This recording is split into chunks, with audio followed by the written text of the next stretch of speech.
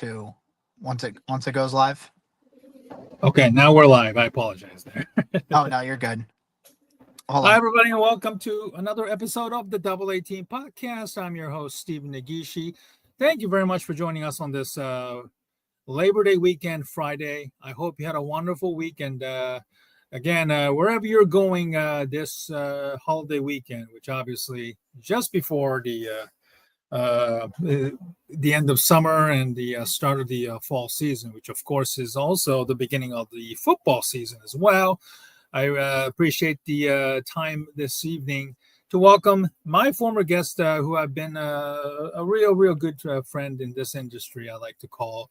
It is the lead draft analyst with the Windy City Gridiron on SB Nation, as well as PFN 365. It is none other than Mr. Jacob Infante. Jacob, good evening. Happy Friday to you, and thanks for joining me tonight. Yeah, no, thanks, Steven. I mean, it's a pleasure to I'll be on here, obviously, with you. And I appreciate you having me. And yeah, it's gonna be a fun weekend. You got the long holiday weekend and everything. You know, college football is back, NFL is just around the corner, so a lot of fun stuff going on. Absolutely. All right, let's start off with the big trade that took place 24 hours ago. The Micah Parsons trade. It finally happened. It's kind of similar to when the Bears acquired Khalil Mack 7 years ago, about this time, just before the start of the NFL season back in 2018. And we'll get to that in a little bit too. But the impact of Micah Parsons trade, Jacob, I have friends who live in the DFW area who work in the the Dallas Cowboys market, those who work in the media side as well. I've had RJ Ochoa on Monday from Blogging the Boys with the SB Nation as well, talking about the trade and all of that. And now, a few days later, it finally happened. Matthew, thanks for the comment. Bears going 17-0. We will certainly talk about the Bears side of it as well. Thank you, and keep those questions and comments coming if you're out there, Matthew and others. Thank you for joining us. So let's talk about the impact of the Micah Parsons trade from Bears' vantage. The price that the Cowboys got from Green Bay wasn't that substantial, to be honest. 2 first-round picks next year and the year after. And then Frank, in a run defensive tackle, I forgot it was Clark. Kenny Clark, yeah. Kenny Clark, thank you. I always get that confused with Frank Clark, who was a pass rusher with, of course, the Seattle later that went to Kansas City before the the legal troubles and everything. But from your perspective, could the Bears gotten involved, or do you feel like the Bears are just not ready yet to make this type of trade, even though there are fans out there, of course, criticizing and castricizing Ryan Poles for not making a move and so forth? What are your thoughts on that? Yeah, I mean, I think that an argument could be made in both directions. I think that the way that I look at it is, how often does a player like Micah Parsons become available for trade? Truly, the last time I can think of an all-pro edge rusher at the top of his game, in his athletic prime, who's hit the trade market, literally, like you said, was Khalil Mack. So it doesn't happen very often, and that was 7 years ago. I mean, that was a while ago. So I think that for obviously you can debate, could the Bears have surpassed 2 first-round picks and instead of Kenny Clark, something else? I don't know. But at the end of the day, I think that the reason that they didn't do it was because they don't think that they're one move away. And admittedly, I think the Packers were in a better position to trade for Micah Parsons than the Bears were. Just because they've been to the playoffs the last couple of years. You know what you have there.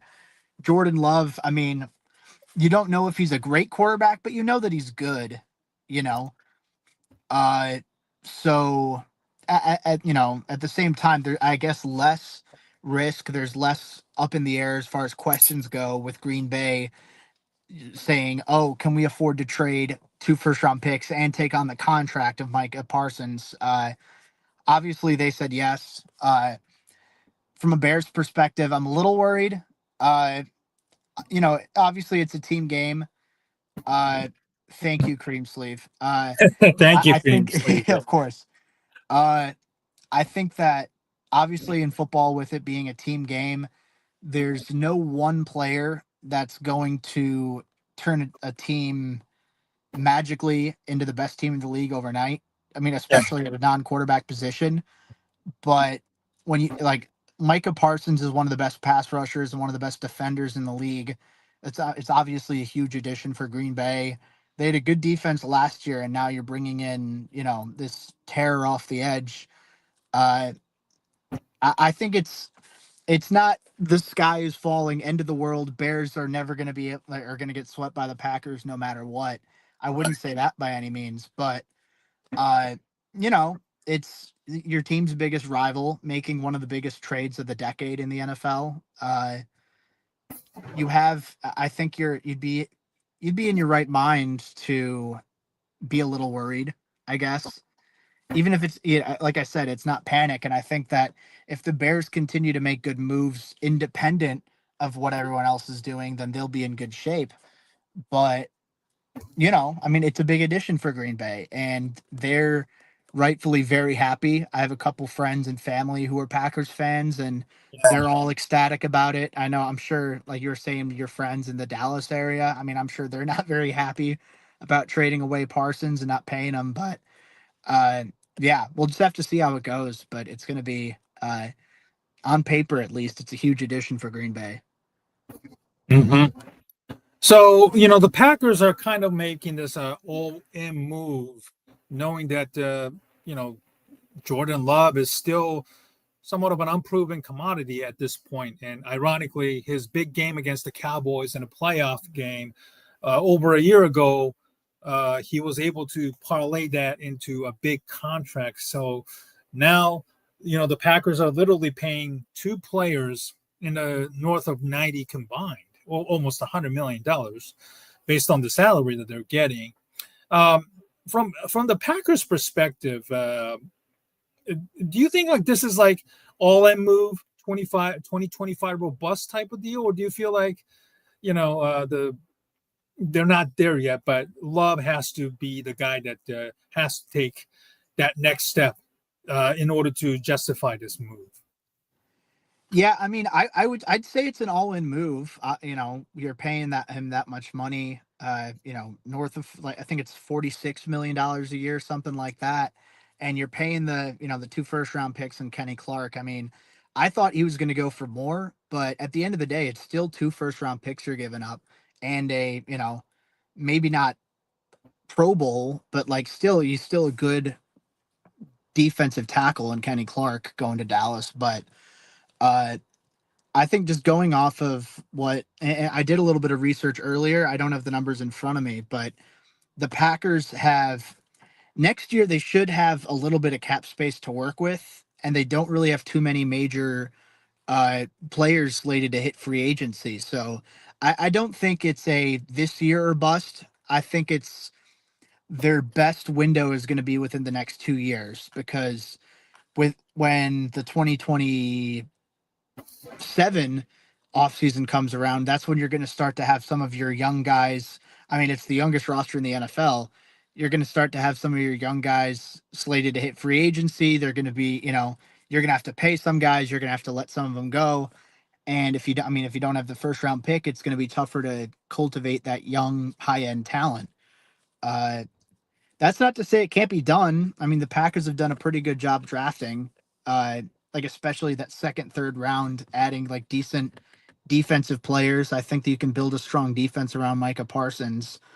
Uh, but yeah, I'd say it's an all-in move for sure. This is all right.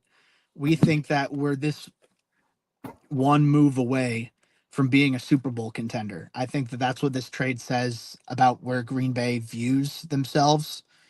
Uh, And I mean, I agree. I don't think they're as good as the Eagles.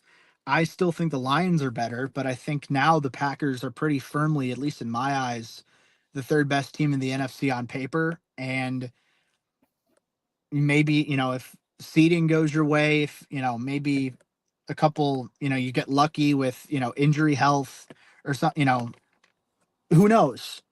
The third seed or the third best team out of the NFC could very realistically win the conference. So I think this definitely elevates the Packers, both the ceiling and the floor.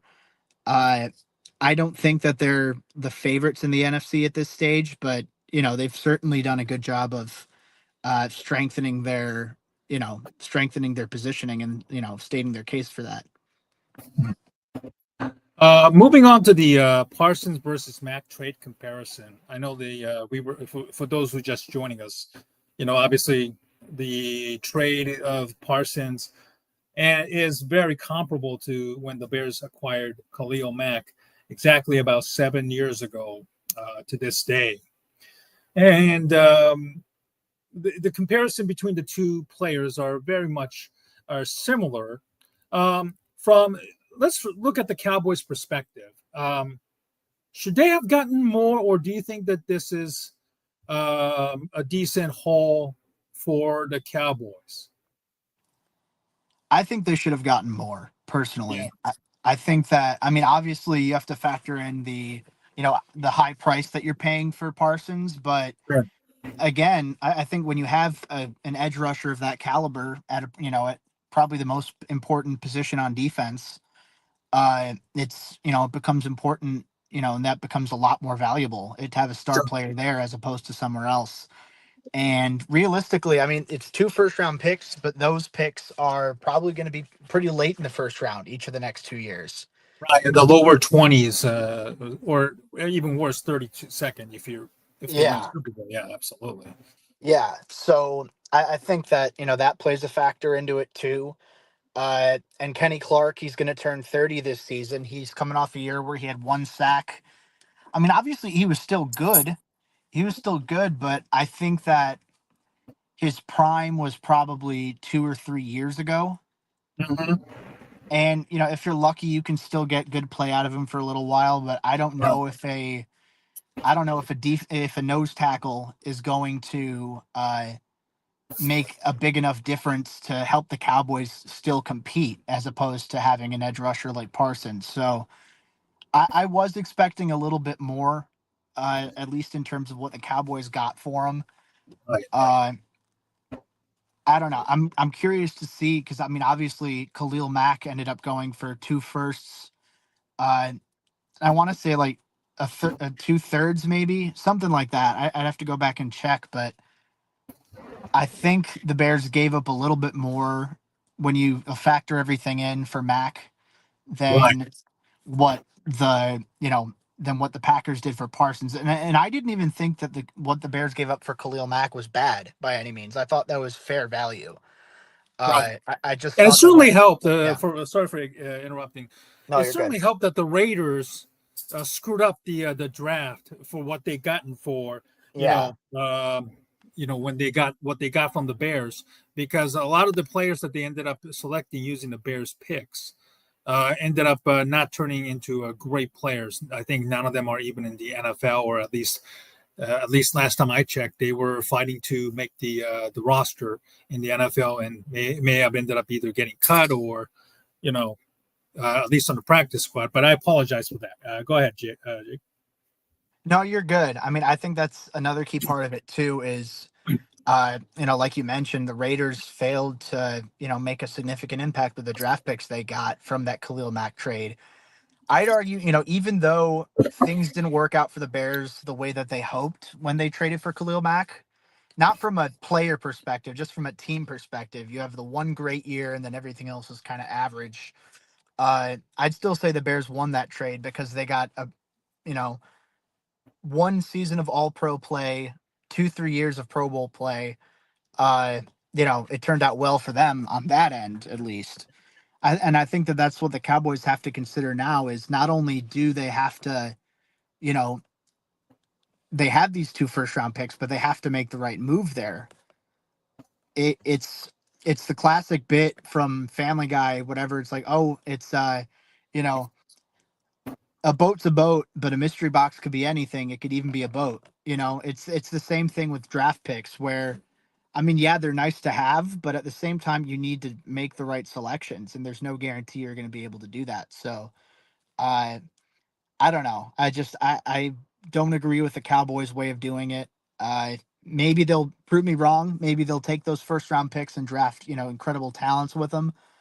I just don't think that the sum of those parts are going to equal what Micah Parsons is going to provide for Green Bay. Somebody on X, I think it was maybe Bob Sturm, who is the talk show host in Dallas with 96.7 The Ticket. I think he was the one who tweeted, I would have gotten at least Matthew Golden or Edgerrin Cooper, two young players in return as well. Would you have asked for that, or do you feel like that would not have done, that would have collapsed the trade, in your opinion, for, say, Frank Clark, Kenny Clark, Golden or Cooper, and then 2 first-round picks? Is that too much? I mean, I feel like maybe, but at the same time, I feel like if you swap Kenny Clark with an Edgerrin Cooper, or you swap him with a Matthew Golden, obviously, I don't know the financial feasibility of that off the top of my head, but I think that those are more valuable assets. I mean, especially Cooper. He had a really good rookie year last year at linebacker, and I think he's going to make a lot of noise next year or this year, I guess, for the Packers. But yeah, I would have, at least in my mind, maybe the Cowboys see it differently, but I think if you're trading Micah Parsons, it's going to be a lot tougher to compete this year. I would have gone for a little bit more of a holistic, long-term approach, and asked for a younger player back and asked for more picks as opposed to, I mean, and like I said, Kenny Clark's a good player, but he's coming up on 30. He's been in the league for about like 8, 9 years at this point. Who knows how much good football he has left in him. Exactly. I was laughing because given how what a short-sighted stuff that the Cowboys are doing under Jerry Jones these days, and obviously he certainly did not have the awareness or the foresight to perhaps get a much younger player, Yeah. who would have been a better fit. And I get it, the Cowboys interior defense is incredibly poor. Mozzie Smith has been on the bubble for a while, and then he still somehow is on the team.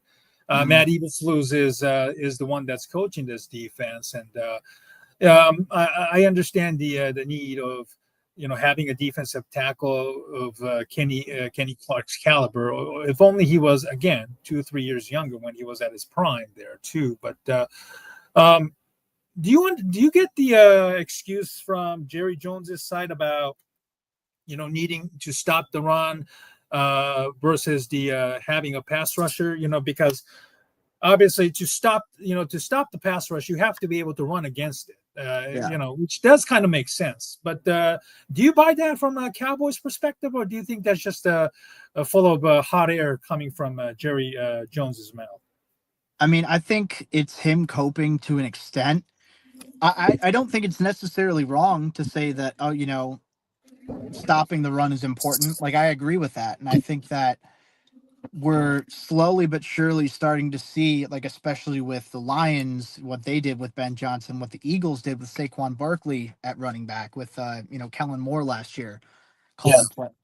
It's you're starting to see a little bit more of a shift back towards the run. It's not intense, but it's still these years of NFL teams, like the last decade or so, prepare going with light personnel, looking, how do I stop the pass? And then now a couple teams are going, all right, well, everyone's focused on how to stop the pass.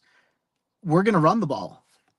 So it's a valuable thing to have a defensive tackle who can stop the run like that. But at the same time, I think that a valuable pass rusher, especially one of Parsons' caliber, is more valuable. I mean, not only that, but he's younger. He's better at his respective position. And I think, you take a look at the impact of the plays that he can, that Parsons provides, you know, those sacks that he gets, the pressures he gets, those are, those can wreck drives, in my opinion. So I think, to an extent, Jerry's not wrong, but at the same time, I don't think that it's, you know, I don't think it's entirely truthful. I think part of it's just him coping, but we'll see. Let's see. So now the Bears will have to deal with Micah Parsons, unfortunately, for the next 4 years, starting this year. The good news, of course, is that the Bears won't be playing Green Bay until very late in the season, week 14 and 16, of course. Hopefully, the Bears are well equipped to handle Micah Parsons by then. And unfortunately, as of right now on paper, the Bears' weakness is, ironically, the pass rusher and then also the left tackle positions, which as of right now, the Bears still haven't named a starter, which understandable given the amount of the players that really stuck out. Braxton Jones, Ozzie Trapillo, and even Theo Benedict are now thrown into the mix, which reeks a desperation on paper right now. So, Jacob, what do you think about the current weakness that the Bears have on both sides of the ball that I just mentioned? And by the way, if I missed any other weaknesses, you're more than welcome to throw in your idea there. And let's start with the left tackle. Can the Bears have find solutions internally? Do they have to go outside and get somebody via trade? Like, I think Courtney Cronin was the one who said it on CHGN, Chicago Sports Network, in her back and forth with David Hall, mentioned that they should go after somebody, if I'm not mistaken. What do you think of that idea? Yeah, so what I'll say at this stage is I think the Bears are more likely to find external resources to improve the pass rush than they are to improve at left tackle. Uh-huh. I think, well, one, naturally, there are some pass rushers who are still free agents who are still available that could make an impact. I can't necessarily say the same at left tackle. I mean, all those players have been, more or less snagged up at this point. I think that if they want, I think they should sign someone in free agency, uh, at off the edge. I mean, specifically, I point to Zadarius Smith and Jadeveon Clowney are still both free agents. I think that especially Smith, but both of those guys could step into the rotation and provide significant value, and I think would be a good upgrade for the defense. I'm a little surprised they haven't made a move to the at this point, but maybe they will in the coming weeks. We'll see. Left tackle, I think. I mean, you could try and go for a trade, but at the same time, the way I look at it is you drafted Ozzie Trapillo in the second round. You clearly see him as a future starter. And unless you're going to move Darnell Wright over to left tackle, which I don't think they're going to do like this, maybe like next year, but they're not going to do it, you know, on a whim right out of the gate. Just be like, hey, by the way, Darnell, week one, you're gonna be the left tackle. I don't think they're gonna do that by any means. I think their best case right now is scheme around it. Truthfully, I think that's the best way. And you have Cole Kmet, you have Colston Loveland, utilizing them on chip blocks and rub routes and stuff like that, ways to halt the edge rushers' momentum.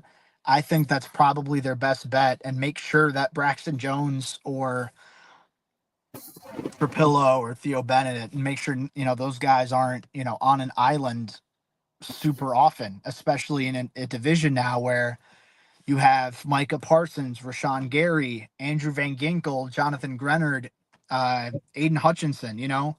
Like that's a gauntlet of edge rushers right there. So I think that making that left tackle, it might be tough to have suddenly fix everything by bringing in somebody, because I think that it's going to be tougher to make that kind of a trade at this point. But yeah, I think edge rusher, you can try for a trade for a veteran. You can you can sign someone in free agency, and those that's not a long term option by any means, but it's a nice band aid solution to put them into a better position. My guest tonight is Jacob Infante from the Windy City Gridiron, as well as PFN 365, lead draft analyst and contributor there. So, regarding the left tackle, I think the Bears have no choice but to start, Braxton Jones week one. Yeah. Um, kind of by default because of his experience. And then I think a lot of people are probably guessing that, they're going to evaluate week by week. And then when the bye week comes around after the Washington game, I believe the bye week is after week 5 against the Washington this year. And I think they're going to make a decision. Do they stick with Jones or do they go with, somebody else? Like, is Ozzy Trapello comfortable, being a left tackle moving forward? I know he hit a rookie wall. Ryan Poles has said that, he hit a a wall like every rookie would do, and then had to be moved back to right tackle where, obviously it's more natural position, quote unquote. Is that how you see it with the left tackle being, as of a sore spot? Do you think like this is like wait until the bye week and then make a move if needed? Yeah, I mean, I don't think they're going to do anything at left tackle before the season starts. Maybe, like you said, in the bye week or coming out of the bye week, or maybe before the trade deadline, they can make something work. I mean, something always pops up. Uh, and that's, that takes a lot of people by surprise. Uh, I think that, but I agree with you. I think Braxton Jones should be the starter. I'll admit I'm a little worried from what I saw from him in the preseason, but at the same Yeah, time, same here. Same here. Yeah. yeah. But at the same time, you give him a little bit more time to, recover. I mean, because clearly I don't think he's at 100%. Give him an extra 2 weeks to, feel things out, to, put himself into a better situation physically. I mean, because he's not, at least in the regular season, he hasn't been bad. He hasn't been great, but Yeah. he hasn't been bad either. And I think Right. that I'll, at least for the time being, I'll trust the regular season over the preseason. And the regular season says that he's perfectly acceptable. It's, I don't think, at least to this point, maybe it'll change. I think to this point, the conversation is Braxton Jones, you know, decent. I think he's decent. And I don't think, I certainly don't think he's bad. That shouldn't be the conversation. It should be, is he good enough to warrant the massive price tag that paying him would probably cost? And I mean, we'll just have to wait and see. But yeah, I think Braxton Jones should be the starter. If what happens in the regular season, or what happened in the preseason, if that carries into the regular season, obviously that starts to become a different conversation. But I think in the meantime, he's their best solution, at least to start week one, left tackle. Now for the pass rush, Zadarius Smith you mentioned. There's also Jadeveon Clowney out there. Would you still go for Smith if you had to pick out of the two? I probably would. I probably would. And, just looking at last year, between his stints with the Browns and the Lions, Smith had 9 sacks. Showed a pretty good job, especially once Aiden Hutchinson went down with injury. Yeah. He provided them with some semblance of, a pass rush. And, like they had to ask a lot of him to be, hey, can you be a one-man pass rush for us? He couldn't be that. But the Bears wouldn't need him to be. They have Montez Sweat. They have a lot of talent at defensive tackle. And you can rotate in Dio Odeyingbo and then Austin Booker whenever he gets healthy. I think that the expectations and the workload wouldn't be as heavy as what Smith had to deal with in Detroit last year. So he'd be my top choice. I mean, Clowney isn't a bad choice either. I think he'd also be a pretty good upgrade over what they have. I have some concerns because there are a lot of question marks and there's a lot of risk with the current group of edge rushers. So I definitely think some sort of move should be, expected. And it's something that I'd really push for Ryan Poles to do at some point, if not before week one, then sometime in the first few weeks of the season. Just because I don't know, that's one thing I have some concerns over. Yeah, it's definitely a concern right now. Somebody mentioned Giants Kayvon Thibodeau would be a good target. Would you agree with that, or do you feel like that's a bit of a rich for even Ryan Poles? See, I'd be curious what the price tag is in a trade for him because obviously the Giants have Brian Burns and Abdul Carter in addition to Right, Thibodeau. right, They're not in a position of leverage necessarily because you know they don't value him as much as other teams do. right. So it's like, oh, you expect us to pay a first round pick for somebody that you're not even starting? Like, no way. I'm still a believer in Thibodeau. He had a really good rookie year. The second year wasn't very good. Uh, but again, you're betting on the tools with him. And I remember, coming out of Oregon, he was explosive. He was flexible. He had quick hands. His finesse as a pass rusher was really encouraging. I'd look into it. I mean, obviously, coming off of a down year, he's not someone you want to pay like a first round pick for. But No, no. uh, like just off the top of my head, I'd have to crunch the numbers. But maybe if they want to take like a third round pick, I'd be Yeah, willing to give maybe that a up for Thibodeau. 26 third round pick for him. Yeah, like just off the top of my head, I'd be willing to pay that for Thibodeau, with his upside and his youth. And at the very least, you have if he doesn't pan out to his full potential, at least you have another athletic edge rusher for another 2 years under Right. a pretty relatively cheap contract. So Mhm. yeah, I mean, depending on what the price is, I definitely consider that trade too. Probably won't happen between now and the season opener, but probably something to keep an eye out, especially near the NFL trade deadline, which has kind of gotten a lot more, not necessarily explosive, but it's gotten more active in recent years. Certainly, the Bears have been involved in some of the best ones and the worst ones. Yeah. I'm wondering, is Thibodeau too close to Montez Sweat in terms of size and like his ability? Which obviously the Bears fans are just antsy for Montez Sweat to do something this year. Do you feel like Thibodeau's too close to Sweat, or do you feel like that's a two different players? I mean, there are some similarities. I think that, Thibodeau's not as big and I don't think as strong, but I think he's more flexible and I think his hand movements are quicker.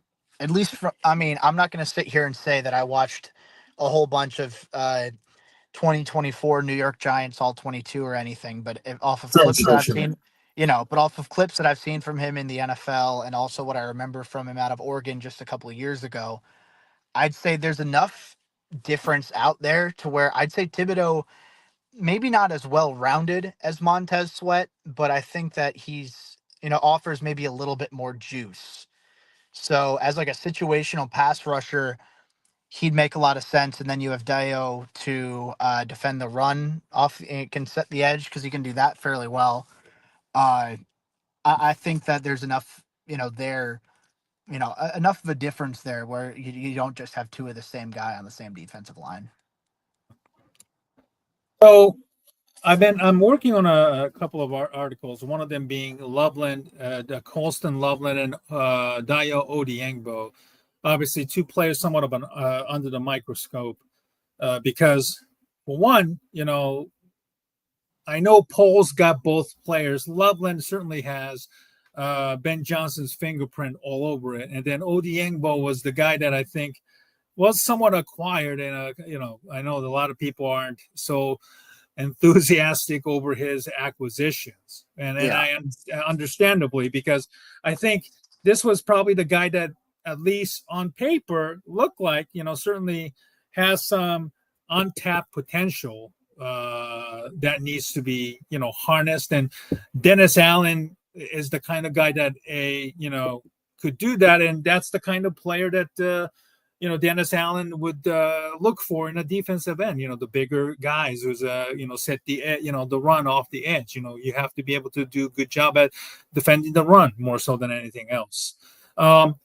But at the same time, drafting Loveland and Odiengbo, kind of whether they succeed or not will, and if they fail miserably, unfortunately, due to lack of production or injuries, there will be some missed opportunities that the fans will be clamoring because of the left tackle and the edge rusher that you and I have been discussing a little bit earlier.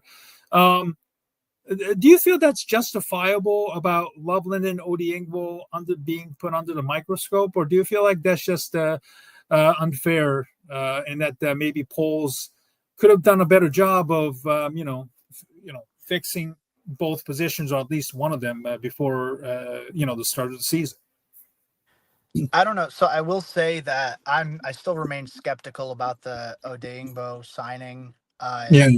There's still a lot from like a proven production standpoint that I feel like is missing with him. Mm-hmm. The tools are there, and he had 8 sacks 2 years ago, but last year he Mm-hmm. only had four. So is that the type of person you want to pay? You're paying him $16 million a year to hope that he could be more than what he was last year, Right. which I don't know if I agree with that philosophy, but it is what it is. They signed him. I think he'll be an upgrade at some point. Loveland, I don't think at least this year should be under as much of a microscope. I think that he's a really good scheme fit for what Ben Johnson wants to do in a tight end. Yeah. Uh, I also think there are a lot of mouths to feed between him, Cole Kmet, all the receivers they have. It's a lot of people who need to get touches. So I think that Loveland isn't in as much of a, I need to produce right out of the gate. He's more of a long term play, 2-3 years down the line. Dio, I think, it's a little bit different. I think that he's needs to contribute right away. I mean, obviously, if you're paying him that much money, you're expecting him to be an impact player. So we'll see. We'll see how it all plays out. But at the end of the day, I don't think that I think he's the one that should be under the microscope. Loveland, maybe not so much. Let's look at the roster that the Bears have right now on the 53. Obviously, the cuts were made. Give me your, a couple of players on offense and defense that you have high expectations on this year. Let's start with the offense. Which player do you feel like you have a highest upside or ceiling this upcoming season under Ben Johnson? Yeah. So on offense, the highest ceiling. Is it I Caleb? feel it's a little cheating. I'll go with DJ Moore. Okay. I'll go with DJ Moore. I think he has the highest ceiling just because he's the most proven producer they have, at Uh-huh. least in the pass catching group.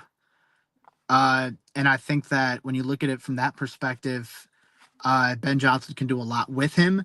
I mean, Mm-hmm. obviously Odunze has a high ceiling as well. Luther has a Sure. high ceiling, but I think that Moore is probably a little bit safer, a little bit of a safer bet to produce right out of the gate.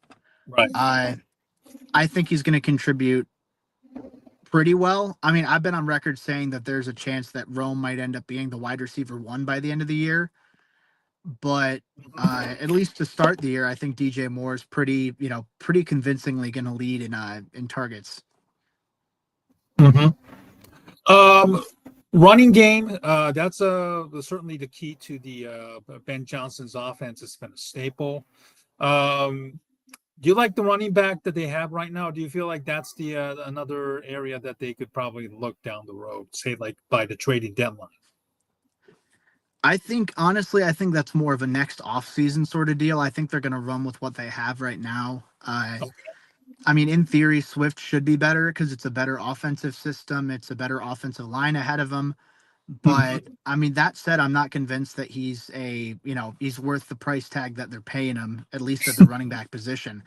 Right. So, I mean, time will tell whether or not, if he could boost the numbers up. If he can, then maybe you can put off drafting a running back early or paying big money for a running back in free agency. You can put that off for a little bit longer, which would be great.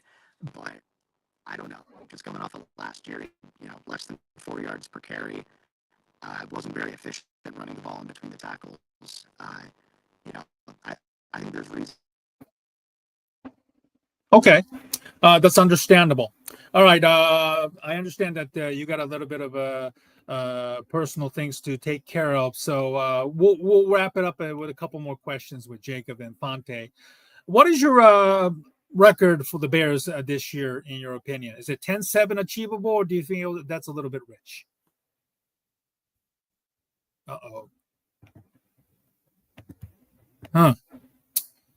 Looks like Jacob's phone might have frozen up a little bit there. For obviously he was doing the live stream with us as he had just moved to Chicago for a new job. Let's see if Jacob can get back with us. I'm going to give a few minutes for Jacob to get back with us.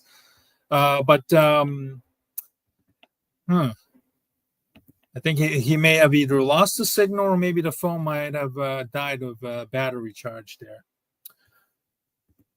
Oh, I see the private chat from Jacob a few minutes ago. It says that the battery was about 7%. So I apologize. Maybe since it's about 8 minutes later, I think the phone might have died there. So we want to thank you, everybody, for joining us tonight. I'm so sorry that the phone, Jacob had to kind of lose his phone completely out of power. We'll definitely bring back Jacob again in a couple of weeks once the season begins, and of course the college football season officially kicked off tonight, and then of course this week with the Labor Day. There's so much to talk about, of course, about college football, and since Jacob is an expert in the draft, we were going to discuss about the some of the players, positions to keep an eye out on, not necessarily related to the Chicago Bears, but we'll definitely hopefully bring back Jacob once he gets settled into the Chicago area for the brand new job, and we'll have more deeper conversations about where the Bears are, as well as where the some of the prospects that the Jacob is keeping an eye on this upcoming college football season. Now, I want to give you a reminder for the upcoming show. Ken and I are planning to do our regularly scheduled live stream at 6 Central this Sunday. And if you haven't seen our post, for those who are new to us or those who have not, new to this live stream, especially if you're following us from Jacob's tweet, I want to thank Jacob for helping us get closer to the 1,000 live viewers. I'm going to share a screen about the upcoming schedule. Here's my co-host, Ken Fang from Awful Announcing, posting this. He is bringing in Adnan Burke this Sunday at 7 p.m. He will be joining us shortly after about the Cinephile and then the current MLB season and the upcoming NHL season. If you're familiar with Adnan Burke, yes, it's the Adnan Burke, formerly of the ESPN. He used to be with the ESPN with the Baseball Tonight, as well as did some other shows, particularly Sports Center, if I'm not mistaken. Adnan Burke will be joining us this Sunday at 7 p.m. And then I'm also happy to bring in, speaking of college football and the NFL draft, Anthony Russo is kind enough to join us this week, Sunday, at earlier time slot to discuss about the NFL draft. He has his own stack as well. I think he'll be joining us this Sunday, just before my scheduled live stream with Adnan Burke, Anthony Russo, at 1 p.m. Eastern, 12 Central. So we'll be doing those two big shows on Sunday, and I'm also working with NFL Network's Adam Rank, sometimes in mid-September, probably around maybe week 2, week 3 of the NFL season. Everybody knows Adam Rank. He's a big Bears supporter or homer, however you want to describe him. I had him on my live stream a couple of years ago when we were not doing the live stream back then. I'll be happy to bring on Adam Rank, and we'll give you an update on Adam Rank's future appearance once it is official, because obviously Adam lives on the West Coast, so there's a 3-hour time difference, and he also has a family, being a father, picking up kids and stuff like that after school. So those have to be taken into consideration. So, it might be closer to, like, say 10, 11 p.m. Eastern, 8 Pacific and whatnot, but Adam will be kind enough to join me for the future live stream once the NFL season is over. Thank you very much for those who joined us tonight. Almost 1,000 viewers. Very, very thankful. Every time Jacob comes on, he brings in a big, big number of people wanting to see his comments and his thoughts on the Bears and the NFL in general. Again, his phone unfortunately lost its power, it looked like, and then is unable to get back to us tonight after he had a family dinner, which unfortunately pushed our original live stream to 9:30 instead of 9 o'clock Eastern, 8 Central. But thank you very much. We'll be hoping to see you this Sunday again, 1 p.m. Eastern, 12 noon. Anthony Russo, the NFL draft expert. And then at 7 p.m., again, former ESPN personality at Namverk will be joining us this Sunday at 7/6 Central to do our live stream with myself and Ken Fang from Awful Announcing. Till then, have a wonderful Friday evening, everybody. Thank you very much for joining me. And please have a safe and wonderful Labor Day weekend wherever you might be. Obviously, it's the last holiday before Thanksgiving, and please stay safe and enjoy wherever you might go or whoever you might be with. We'll see you Sunday this Sunday. Till then, have a great night and enjoy Labor Day weekend.